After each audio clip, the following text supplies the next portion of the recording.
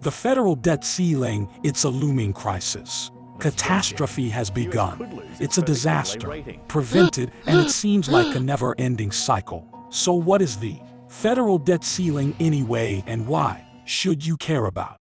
Let's start with how it works. The government spends more money than it takes in. It's done this off and on since the country was founded. But now it's doing it more than ever in each of the past decade. It has spent over $31 trillion, almost 5 times more than the last decade. Government borrows to make up the difference by selling bonds to investors around the world. Nearly half of that debt is now held by foreigners, much of it by Japan and China. Each month that the government spends more than it brings in, that is each month that the government runs a deficit, it has to borrow the sum of all this.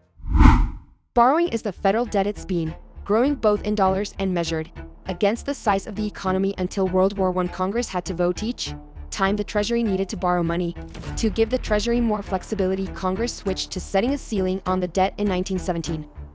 When the debt bumps up against that limit, Congress, often with a lot of shouting and bargaining, votes to lift the ceiling, and that is where we are now. The government hit the $31.4 trillion federal debt ceiling.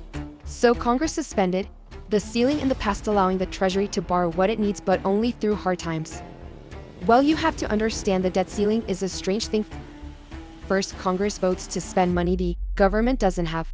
Then it votes a second time to allow Treasury to borrow that money so it can spend. Refusing to raise the debt ceiling does not cut spending. It's like refusing to pay a credit card bill for stuff you've already bought. But because failure to raise the debt limit could be so devastating, Congress often does use it to force the president to do things he's reluctant to do.